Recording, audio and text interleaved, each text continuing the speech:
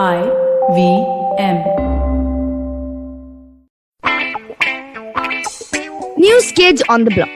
We're going to use stories that top the nation's papers, fresh from the Ascend International School and IVM desk. Hi, I'm Kavya. I'm Anya. And I'm Trivik. And welcome to this episode of News Kids on the Block, where we give you all the top news updates of the week. Today, we'll be kicked off by Anya Daftary with some very interesting news. Yes, indeed. Coming straight from the world of Europe and France specifically, French President Emmanuel Macron has switched to using a darker navy blue on the official French flag, replacing the previously brighter shade, reported BBC News very recently. And he said basically his idea behind that was using the darker blue as a symbol of the French Revolution. Now in France, it's really interesting because they have this darker blue and this lighter blue that's being used as well. So they use both. And a lot of official buildings like the Navy and stuff will always stick to the navy blue. But other ones might not, and they might use it interchangeably. And the history goes that in 1976, President Giscard d'Estaing introduced the brighter blue in the hope to, better European relationships and to match the blue that the European Union flag had. It also was an aesthetic decision according to Europe One reports because that color was next to each other and it would just look really nice. And the reason that they kind of made this a point was because France, they don't want that change to it to be interpreted as some anti-European Union gesture, according to Europe One again, but rather they want it to be seen as like a representation and something really nice that comes out of French people and their French Revolution. Of course, that being said, France is due to take on the rotating EU presidency in January, and President Emmanuel Macron himself will be having the presidential election in April of next year. But I think it's really nice because the president has been using the darker version of the French flag very often in the last 1 year. And now they've sort of officialized it. They haven't demanded that anyone has to change the flag on their building or anything, but it's just that this is what as the government of France, we're going to be opting for more recently. The Élysée Paris has not publicly announced that, like I said, that there will be a change to do so when other institutions won't. But it's just like a personal preference, and it's something that I thought was really sweet that they did just to bring them back to their people and their revolution. Next, we will move on to Kavya Hebbar and her little Hebbar-esque stories. So the next story we have is about a lunar eclipse, a partial lunar eclipse, which is known as the Chandra Grahan, which is going to take place on the 19th of November 2021. It is said to be the longest such eclipse in 580 years. And this eclipse will be visible from a few areas in India, in some places in Arunachal Pradesh and Assam. So if we do have any listeners from there or anyone who lives there, it's definitely something that you should look out for because it's a once-in-a-lifetime experience and most people do not get to experience it. So if you do, you are definitely one of the lucky ones. So keep an eye out for it. Did not local that. And with that, we shall take a short break and we'll be right back on News Kids on the Block. Eventually, you'll see the end of your childhood. Get accustomed to womanhood. Enjoy the experience of sisterhood. Might get to wifehood. Or not. Choose motherhood. Or not. You'll learn to define your personhood. Earn a livelihood. Change the neighborhood. And get rid of the falsehood that life post-academia is easy. So join me, Ritasha. And me, Ayushi. On a journey from station starting point. To station, what now? Next station, Pudin station. And hopefully, Agla station, adulthood. Fresh episodes out every Thursday.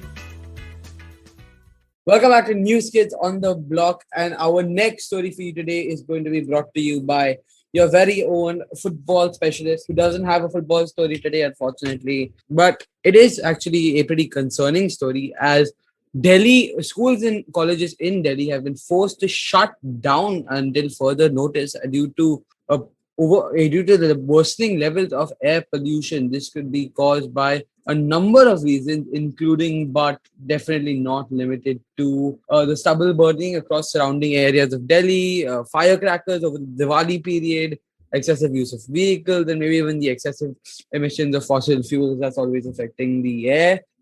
So they've been forced to go back into a lockdown, not a lockdown type situation, but they're forced to be shut down their schools, and they've also restricted construction to only transport and defense related projects until the 21st of November. Only 5 of the 11 coal based power plants in the city have been allowed to operate, as the levels of PM 2.5, tiny particles that can clog people's lungs in Delhi, are far higher than the World Health Organization safety guidelines. And several parts of the city recorded figures closer to or higher than 400 on Tuesday, which is categorized by the World Health Organization as severe. So, Anya, I was wondering if you had any thoughts on this. Yeah, Trivik, I think that every year, especially around Diwali, Delhi's pollution just gets so bad. And in the past, I know the government has tried all sorts of things, including an odd and even rule where, like, on certain days, only odd number vehicle, like with the where vehicles of only like an odd number plate could go on XYZ days, and so on. But that being said, I think it's just awful to like go to Delhi and like see that, and don't even see that, but just like see that. And it's the same headlines every year. I feel like we see the same picture of like India Gate with like that foggy this thing and like one jali and a crow in the background on the newspaper every year. So I think that eventually we're gonna have to figure out some way, because Delhi just gets so badly affected every single year. That being said, I'll take you into our next story, which doesn't come from Delhi, but it does come from the northern bit of India, the Uttar bit of India, if you will. The Purvanchal Expressway is an expressway that covers a large part of Uttar Pradesh, stretching over 300 kilometers, which Prime Minister Narendra Modi has inaugurated on the 17th of November 2021. This expressway has been constructed at a cost of about 22,500 crore rupees, according to Hindustan Times, and it starts from the Chandrasarai village, which is located near the National Highway 731 around Lucknow district, and it ends at the Haidaria village on the National Highway 31 in Ghazipur, which is about 18 kilometers from the UP-Bihar border. Some interesting stats about it. Its total length is 340.824 kilometers, and it is a fully access controlled 6-lane expressway. But if they want, they can make it go up to 8 lanes. Like I said, it connects the state capital Lucknow to the entire eastern region via Azamgarh. And the government said that this expressway will give a boost of the economic development to the eastern parts of Uttar Pradesh. Not to mention, it being completely access control will enable it to, give more people a way to get from point A to point B at a faster rate. And that should hopefully reduce some of the emissions, and therefore it would be environmentally more beneficial as well. The entire expressway will consist of 22 flyovers, 7 railway over bridges or ROBs, 7 major bridges, 114 minor bridges, 6 toll plazas, 45 vehicular underpasses or VUPs, 139 light VUPs, 87 pedestrian underpasses, and 525 box culverts. It will also have lots of CNG stations and electric recharge stations, which will be connected through the defense corridor via Agra and Bundelkhand expressways. So all in all, Uttar Pradesh is getting a little more efficient, getting a little cooler in with the times, if you will, and also just a lot more efficient and accessible. With that, we'll take a short break. Hey, it's been another great week on the IVM Podcast Network. On the Edges and Sledges Cricket Podcast, it's a double century episode. Ashwin, DJ, and Varun are joined by our special guest, Nikhil Chopra. They talk about the last few games of the T20 World Cup and where it all went wrong for Team India. Two of the most cherished things about festivals are food and memories. On KBCD, Farad and Sunitru take you on a trip down memory lane. It's lined with great food and joyful moments. On The Habit Coach, Ashton is joined by Sriram, the author of Happiness Habits, the Urban Professional's Guide to Good Living. They discuss how to make happiness a habit in today's world. On 30 Minute Raste, Keshav takes us to the city of Warangal. Legend has it that the entire city was carved with one rock. And on The Wire Talks, Siddharth talks to Ghazala Wahab, executive editor of Force magazine. They discuss her new book, Born a Muslim, Some Truths About Islam in India. Do follow us on social media. We're IVM Podcasts on Twitter, Facebook, Instagram, and LinkedIn. And do follow us on YouTube. We have a number of different channels. You can find them on ivmpodcast.com/YouTube, where you'll be able to take a look at all of the channels we have. And finally, we'd like to thank our sponsors this week: Cred, Bank of Baroda, Quarter, CoinSwitch, Kuber, Slay Coffee, Intel, and Oxfam India. Thank you so much. You make this possible. Welcome back to News Kids on the Block. And our next segment for you today, it is Pop Culture with KNT. Kavya and I are going to be bringing you some pop culture and enlightening our friend who belongs in a different generation about what's going on in today's world. So, Kavya, why don't you get us started off? I think some really overrated, awful artist has released some new music or the same music for the second time, actually. So on the 12th of November 2021, you guys have probably already heard of this and it's all over the news. Taylor Swift released Red, Taylor's version. She released Red in 2012, but this is the Taylor's version. And I can't even begin to express how beautiful and amazing every single song in that album is. The Taylor's version has 30 tracks, out of which 20 were on the original album, and the remaining 10 are songs from The Vault, which are basically songs that she wrote and she had ready but didn't end up producing on the album and releasing on the album. Each and every song is so from The Vault is so well written, and you can really hear the growth in her voice throughout the album. And out of all the songs in The Vault, a fan favorite and probably one of my favorites too is the 10-minute version of All Too Well. And I know what you might be thinking, 10 minutes for a song is just way too long. That's what I thought too.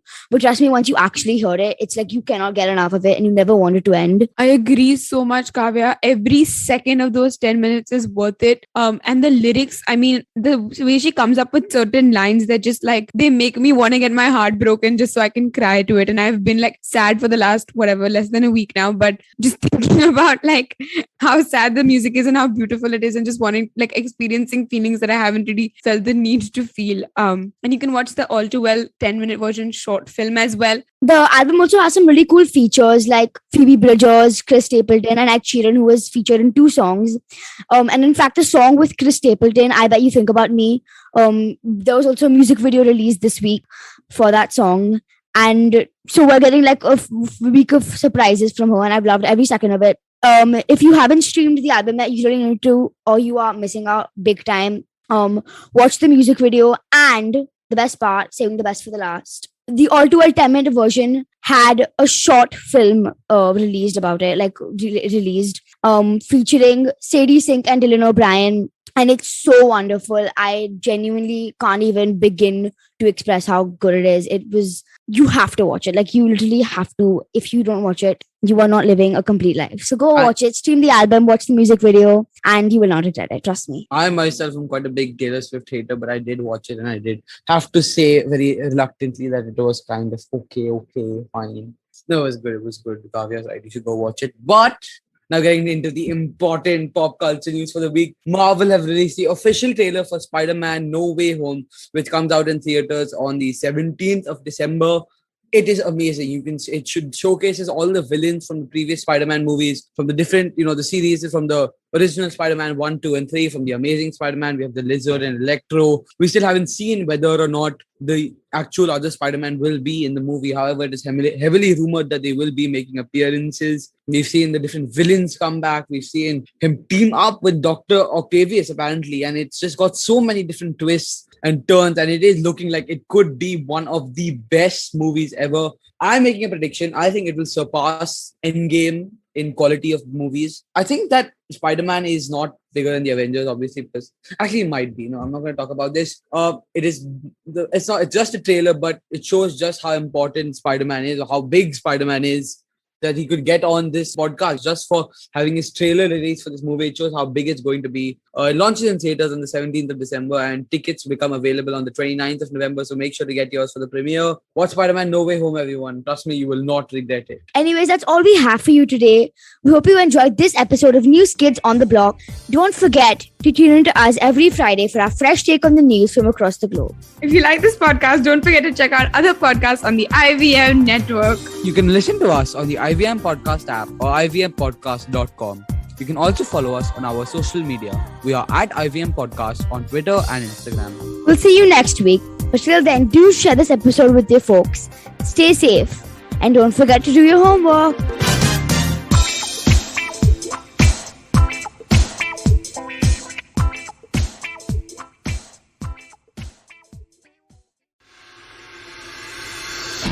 If you're a cricket fan, check out Edges and Sledges, India's favorite cricket podcast. The podcast focuses on Indian cricket, the IPL, and has a ton of banter both on and off the field. We talk about the week's biggest cricket stories with current and ex-international cricketers, coaches, or sometimes just between us. And it's hosted by me, DJ. Me, Varun. And me, Ashwin. New episodes release every week.